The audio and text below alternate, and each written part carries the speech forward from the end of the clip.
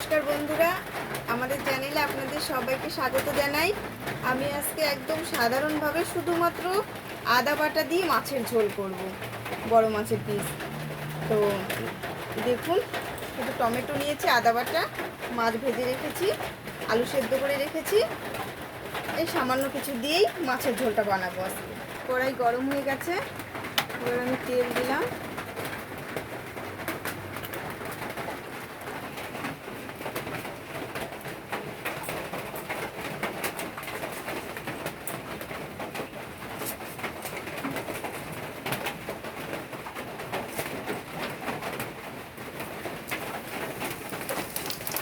জিরে দিলাম, এক টুকরো দারুচিনি দিলাম,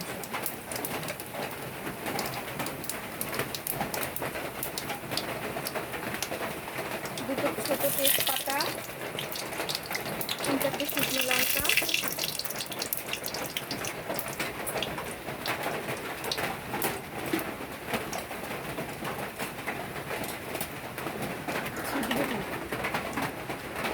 আদা বাটা দিলাম,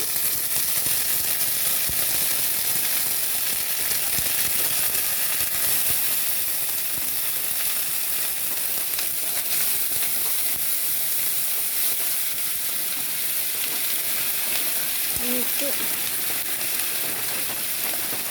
নুন দিয়ে দিই, তাহলে আর ফুটবে না।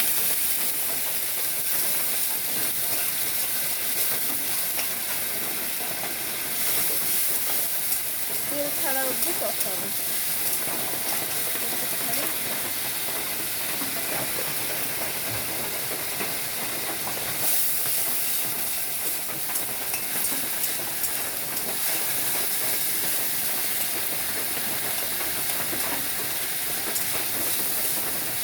তেলটা উঠে এসেছে, এবার আমি আলুগুলো দিয়ে দেবো।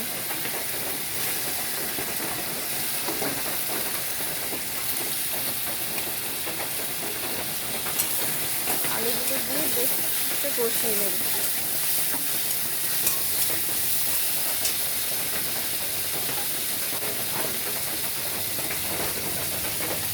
নুন দিলাম, নুনটা স্বাদ মতো ব্যবহার করবেন, যেহেতু আমার এটা একটু ঝোল হবে তাই একটু বেশি দিলাম।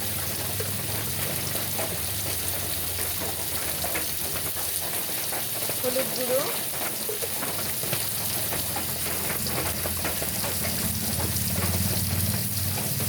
জিরে গুঁড়ো,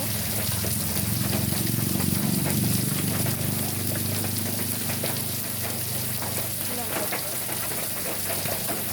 এবার এটা দিয়ে সামনে একটু জল দিলাম,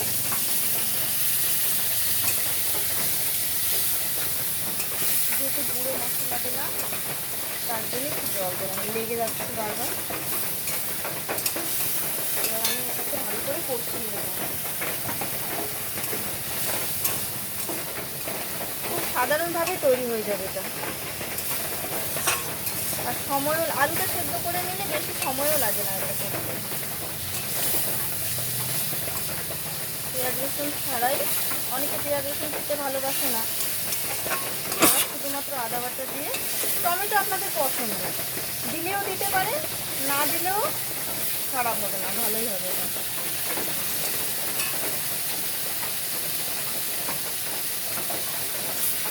কষানো হয়ে গেছে, এবার আমি জল দেব।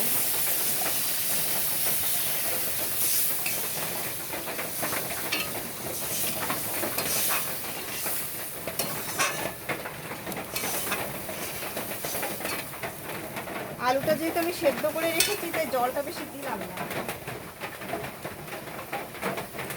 এই মাছের ঝোলটা বানানোর জন্য মাছটাকে না আমি নুন হলুদ তো অবশ্যই দিয়েছি, তার সঙ্গে আদা বাটা, একটু জিরে গুঁড়ো আর তেল দিয়ে মেখে তারপরে ভেজেছি। এটা আমি অন্যদিন দেখাবো আপনাদের। এভাবে করে নিলে মাছের ঝোলে মাছটা টেস্ট হয় খুব খেতে। এবার আমি ঢাকা দিয়ে রাখবো। এবার বন্ধুরা গরম মশলা দিলাম, সবজিটা হয়ে গেছে প্রায়। এই যে এবার আমি নামিয়ে নেব।